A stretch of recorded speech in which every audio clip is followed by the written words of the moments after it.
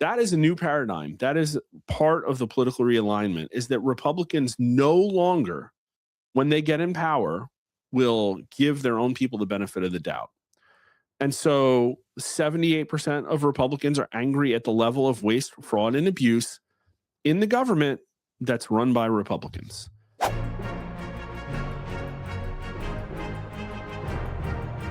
And, let's talk about Minnesota, though, too, because I think it's the same kind of thing. We're talking about the fraud signal. We're talking about accountability. We're talking about basically righting wrongs. And I think, like I said, that Minnesota was a gift. We should go after California next. In fact, my Elon Musk retweet was about this. It was like, well, if you think the fraud in Minnesota was bad, California fraud is probably 10 times worse. 20 million people saw that. It was pretty wild. It didn't get me very many followers, but whatever. How would you describe your current feeling about the amount of waste, fraud, and abuse in federal government spending? 75% are angry, 46% are very angry. This number is up from 72% back in the spring. So Doge came in, did some stuff, and then went away. And since then, the level of anger in waste, fraud, and abuse in the American electorate has only increased. And it's pretty high. We're talking 73% among under 40 voters, 73%, 72%. Very high among Republicans, which is interesting because when Republicans get in office 10, 20 years ago, they would have been as angry. They would have been the lower number here because they would say, well, my people are in power. And so that is a new paradigm. That is part of the political realignment, is that Republicans no longer, when they get in power, will give their own people the benefit of the doubt. And so 78% of Republicans are angry at the level of waste, fraud, and abuse in the government that's run by Republicans. And, so obviously you're going to have challenges winning re-election, right? And that's why brutal accountability is so important. I think if Trump was just able to message correctly on the economy and tell people it's going to take time, but here's how we're going to get there, that America would be okay as long as he delivered near-term brutal accountability. Arrest people, fire as many people as you can from the FBI, find all the people who are spying on the mama bears at the school board meeting and frog march them out of the freaking Herbert Hoover building. Like, that's what he needs to do, and it wasn't done. It just wasn't. And now there's accusations actually out there, believe it or not, that Ratcliffe is compromised and that they have blackmail material on him. That was coming from Patrick Byrne too. I don't know how real those things are, but it's like, really? We got a Republican mandate. Donald Trump got the people he wanted in these positions, and Pam Bondi won't arrest people. Our CIA directors allegedly got blackmail material on him. Like, I've heard some bad things about stuff that's going on with Kristi Noem too behind the scenes.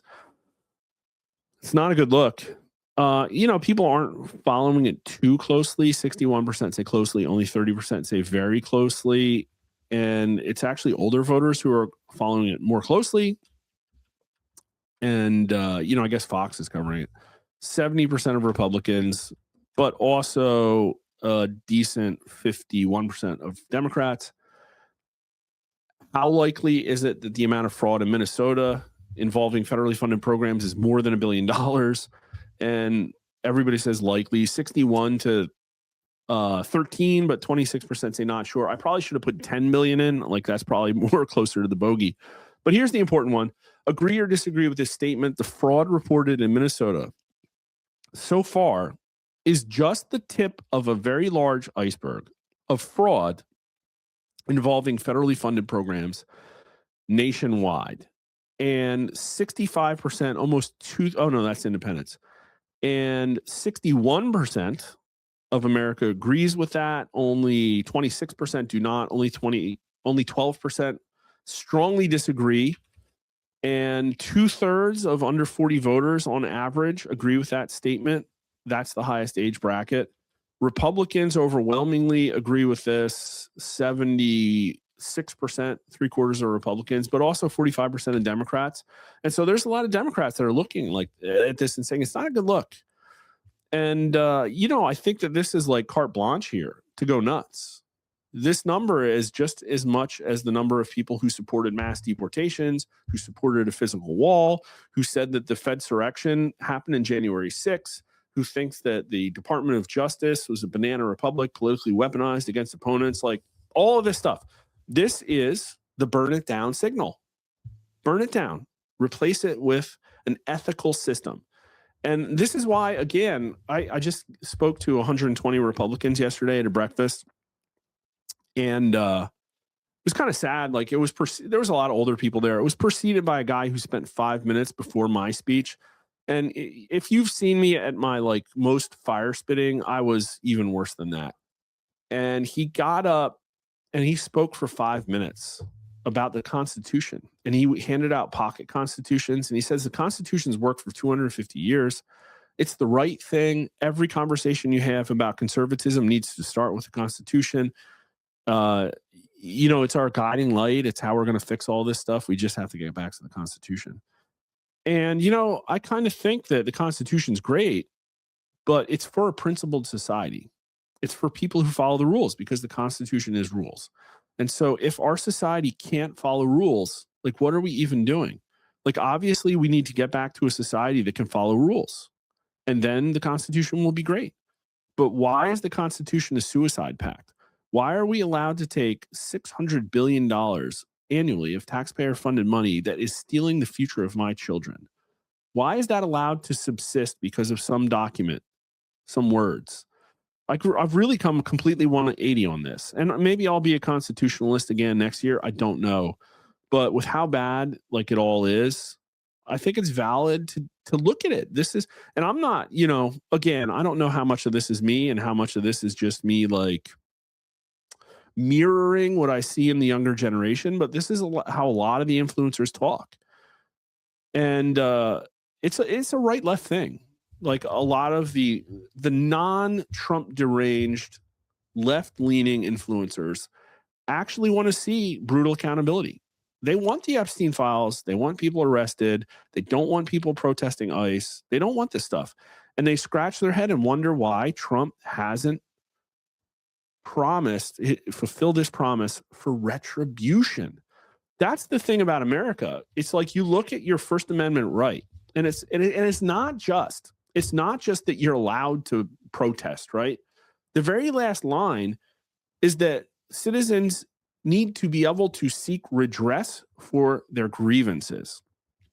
And so if you live in a system where there is no redress for your grievances, why even have a First Amendment? Like, why does it matter?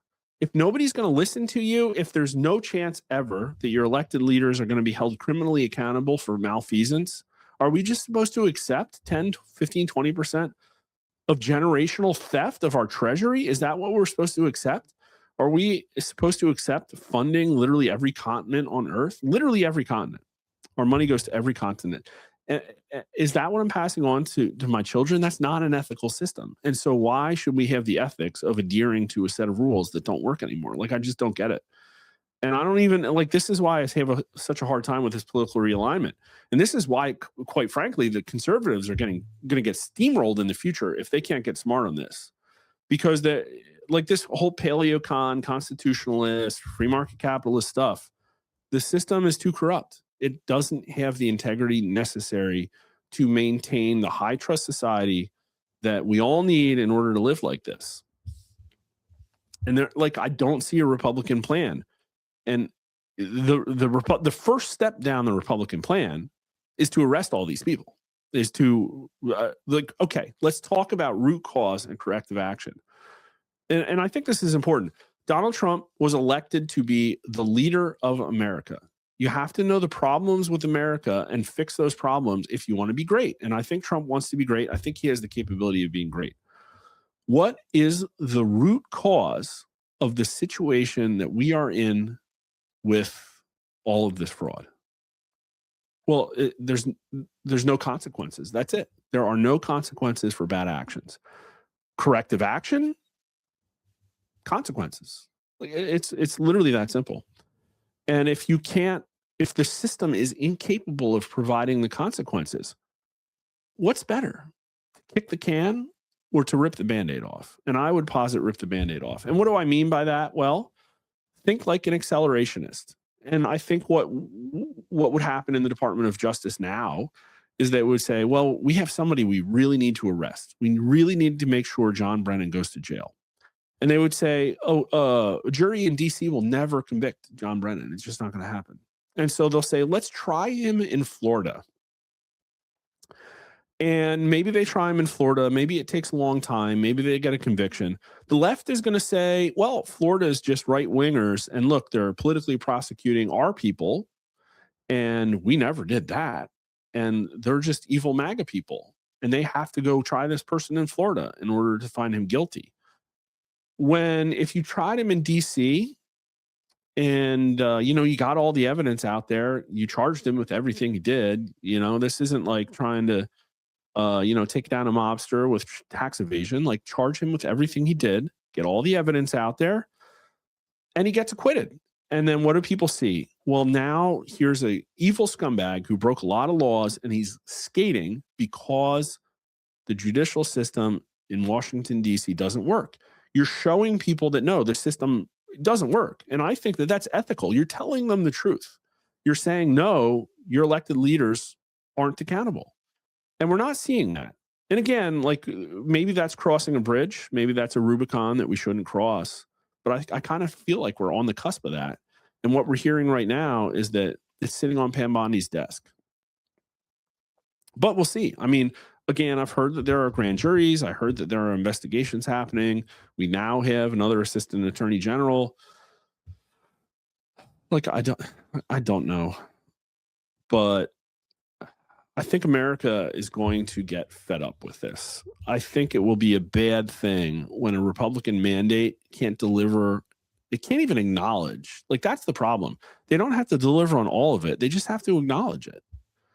I haven't really heard of Mike Johnson, like talking about legislative solutions to these fraud problems we have. They're still trying to block like trans surgeries for minors. And I'm super against that. I hate it. I think we should ban all trans surgeries for minors. But if Congress did that right now, like is that what we need? I don't think that's what we need anymore. I think we need Maslow's hierarchy of needs. We have an entire generation of people who isn't going to be able to build wealth. They can't put food on the table. They can't put a roof over their heads. They can't procreate with a sane human being partner with. And so if their basic needs are not met, like why would we go after anything else? Same thing with foreign policy. And I think what Venezuela tells you is that Trump can get away with a lot as long as it's not the main ring at the circus. If it's the sideshow, you could get away with whatever you want, Trump. Pretty sure he could do whatever he wants. He could probably topple Iran. He could probably go in there and snatch a few people out of Colombia. We could probably, pave Cuba. We could probably get away with all of that as long as he just talks about the golden path to the golden age and he freaking arrests people.